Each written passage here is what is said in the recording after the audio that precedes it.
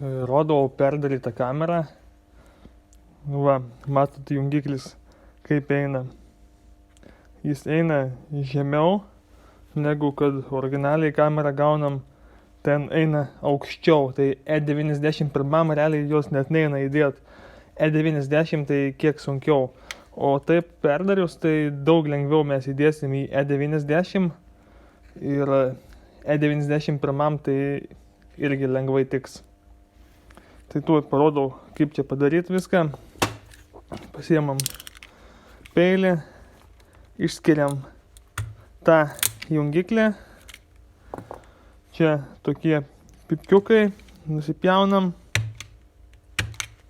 Pasiemam replės, žnyplės. Čia truputį pasukam. Taip, kerpam. Čia kerpam. tą vietą čiut galim nukast.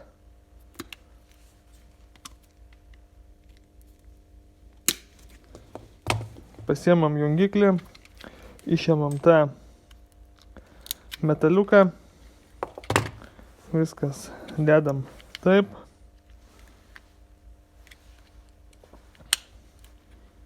Pasižiūrim, kad mums spaustusi, būtų tas garsas klank.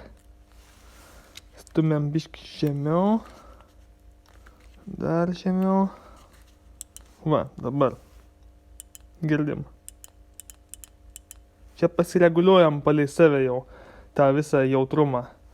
Susireguliavom, laikom, pasiemam 2 mm grąžtą, skylutę.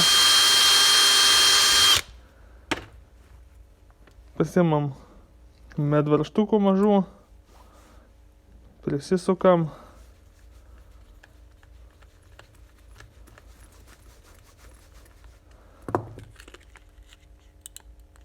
Viskas gerai spaudosi. Kitoje pusėje čia tokios skylutės jau yra padarytos. Per jas pragręžiam. Įsukam kitą varžtą.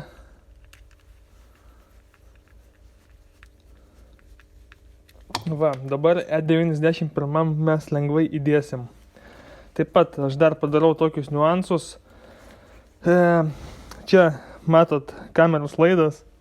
Tai čia, mano nuomonė, trūksta sandarumo. Papildomai užtepu hermetiko, kad būtų kuo sandariau. Taip pat gumelės jos krenta laukan.